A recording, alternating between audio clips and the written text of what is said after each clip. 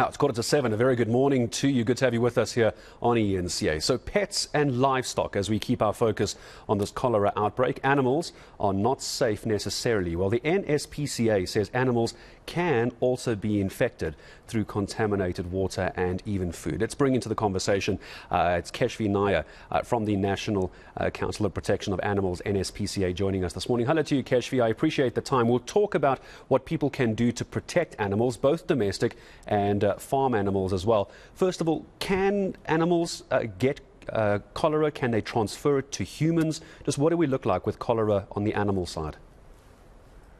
So first things first, cholera is not considered to be a zoonosis. So then it's not considered as a disease that can be transferred from animals to humans. And cholera is a disease that mainly affects human beings. However, it is not unheard of that animals can be tested or can test positive for cholera as well. But this is very rare that happens. And if an animal were to test positive for cholera, that animal would have had to ingest large quantities of the pathogen. So cholera is not considered a zoonosis, and the animal would have had to have ingested a large number of the pathogen to test positive for cholera. And now, what sort of advice are we giving to those who are in infected areas? One of them, of course, is Hammanskraal. The other we know is the Free State. Thankfully, just one person losing their life there. Tragic, of course, but just the one in the Free State. What do pet owners and I suppose farm animals, or farmers rather, not farm animals, farmers,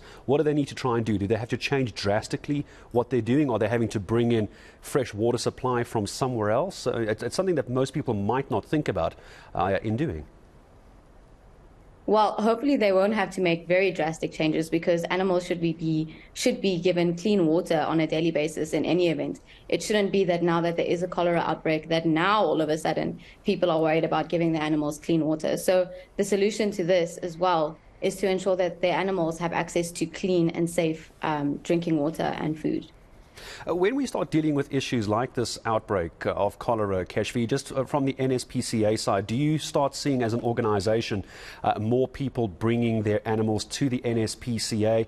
Are you finding more animals on the streets? Because people, of course, are always going to look after family first. And sadly, as you'll know, and I'm sure you'll agree, many people in times of stress and outbreaks often forget about their little ones. Is there more work for you and the NSPCA at the moment? So sadly, stray animals and animals being brought into the SPCA is something that happens on a daily basis. So it's not really easy to answer whether there's an increase or not, because this happens on a daily basis. But what I can say with regard to this specific issue is that, as we know, sadly, people have passed away from this disease. And that begs the question, what happens to those animals? Because surely some of those people did have domestic animals that they were looking after, did have livestock that they were looking after. So what happens to those animals? And in cases like that, once again, we implore the public to, if there is an animal that is suffering, if there is an animal that can no longer be looked after, those animals should be brought to the SPCA. I'll start saying goodbye to you in a second, Keshvi, but I've got a tweet. This was actually off the back of the comment that was made to me yesterday by a community leader, Fortune Matabata. This is where I got the idea from to speak to you. He was saying that in Hammanskraal, when I was there yesterday, that the water's not even fit for animals. If you were to give that water in Hammanskraal to a dog, they would probably die. That's where I got the idea from talking to you. But off the back of that, I see Willem Mkwanazi has tweeted us here at eNCA. He just wants to ask, what should an owner do if they think their dog has cholera? Is that something they can bring their pet to the NSPCA for, even if it's just a suspicion, or maybe they don't even know what to look for?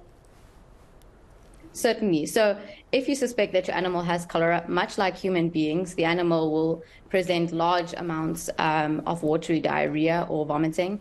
And just like human beings, these animals can dehydrate very quickly and suffer from malnutrition. And if they're not treated, they can die. So apart from cholera, if your animal is presenting any sort of illness or disease or suffering, you should be taking that animal to a veterinarian. Fortunately for the people in Hammanskraal, I believe just across Jubilee Mall, there is a state veterinary clinic called Temba Animal Clinic that provides, or should be providing, treatment free of charge for animals.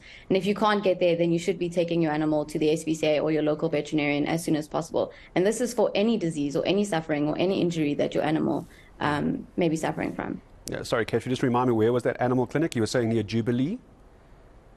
Jubilee, it's across Jubilee Mall, and the Jubilee clinic is Mall. called Temba Animal Clinic. Yes. Okay.